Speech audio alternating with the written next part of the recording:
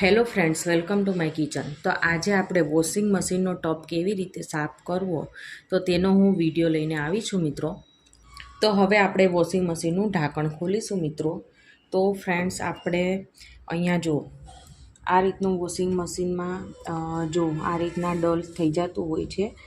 1 મહિનો થાય ને એટલે આપણે આ વોશિંગ મશીનનો ટબ ક્લીન કરવો જ પડતો હોય છે. કેમ કે જો ના કરીએ ને તો શું થાય કે આપણે જે કપડાં હોય છે એ ઉપરથી આમ ધોળા જેવા એકદમ કધોણિયા થઈ ગયા હોય તેવા લાગતા હોય છે. એકદમ ડલ થઈ ગયા હોય ને તેવા લાગે, તે બરાબર ધોવાતા નથી હોતા.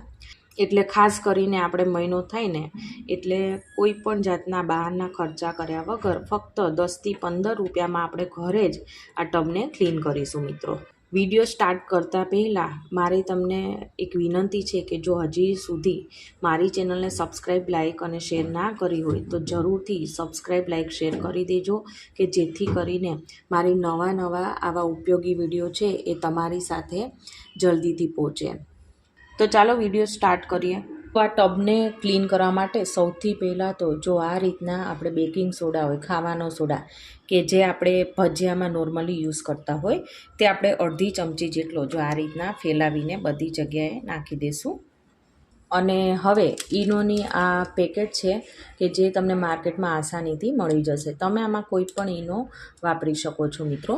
તો જો આ રીતના ફરતી સાઈડ બધી સાઈડ પહોંચે એ રીતના આપણે ઈનોનું પેકેટ આ રીતના નાખી દઈશું.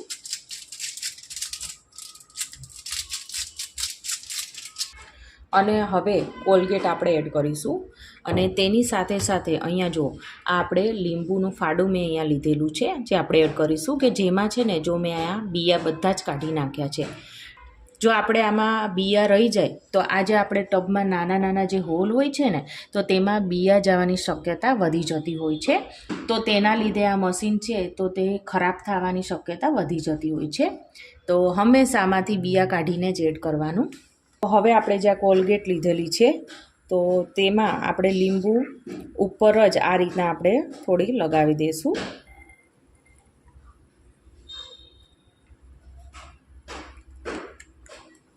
અને આ લીંબુના ફાડાને આપણે આમાં મૂકી દઈશું.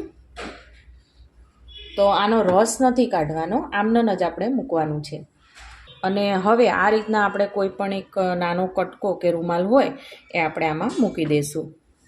અને હવે વોશિંગ મશીનનું ઢાંકણ છે એ આપણે બંધ કરી દઈએ. વોશિંગ મશીનની સ્વિચ ઓન કરીશું. અને જો અહીંયા બધા છે ને પ્રોગ્રામો આપેલા જ હોય છે, જેમાં અહીંયા જુઓ ઉપરની સાઈડ ટબ ક્લીન લખેલું છે. તો એ પ્રોગ્રામ આપણે અહીંયા સેટ કરી લેવાનો પ્રોગ્રામમાં જઈને. તો જો કંઈક આ રીતના આપણે સેટ કરીશું. જો અહીંયા ટબ ક્લીન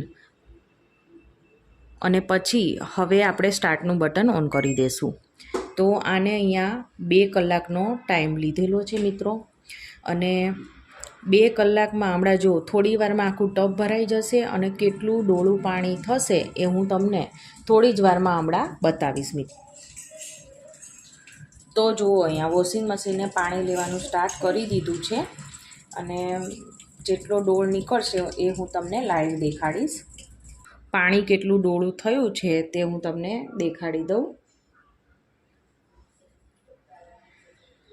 તો જુઓ તમે અહીંયા જોઈ શકો છો કે હજી આ વોશિંગ મશીને એક જ વાર પાણી લીધું છે અને કેટલું ડોળું અહીંયા પાણી તમે જોઈ શકો છો, કેટલું ડોળું થયું છે મિત્રો.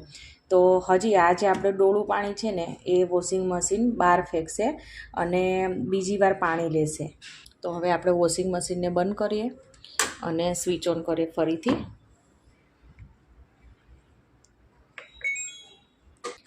તો ફ્રેન્ડ્સ, આપણા મશીનનો ટબ છે ને એકદમ સરસ એવો થઈ ગયો છે ક્લીન.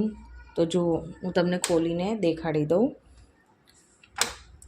ઠેક અંદર સુધી આમ જો ફ્રેન્ડ્સ એકદમ નવો હોય એવો સરસ આપણો ટબ છે એ ક્લીન થઈ ગયો છે. જુઓ, તો આપણે જે લીંબુ અને જે કંઈ બીજી વસ્તુ નાખી હતી તો તેનાથી મેલ બધો કપાઈ ગયો છે. અને આપણું જે આ મશીન છે એકદમ સરસ નવા જેવું થઈ ગયું છે. જુઓ ફ્રેન્ડ્સ, હવે આપણે જે આ રૂમાલનો કટકો નાખ્યો તો એ કાઢી લેશું. અને જો આ લીંબુ છે, જો આ લીંબુમાંથી જે કંઈ રસ હતો એ બધો જ આમાં નીકળી ગયો છે અને લીંબુ છે મેલ કાપવાનું કામ કરે છે. તો તમે અહીંયા લાઈવ જોઈ શકો છો કેટલું સરસ એવું આપણું મશીન છે એ ક્લીન થઈ ગયું છે. જુઓ બધી સાઈડથી માત્ર 10થી 15 રૂપિયાની અંદર જ આપણું જે આ મશીનનો ટપ છે ક્લીન થઈ ગયો છે. તો ફ્રેન્ડ્સ, આજની મારી આ વોશિંગ મશીનનો ટપ ક્લીન કરવાની રીત ગમી હોય તો મારી ચેનલને સબસ્ક્રાઈબ, લાઈક અને શેર કરવાનું ના ભૂલતા. તો આપણે ફરીવાર મળીશું એક નવા જ ઉપયોગી વિડીયો સાથે. Thank you for watching.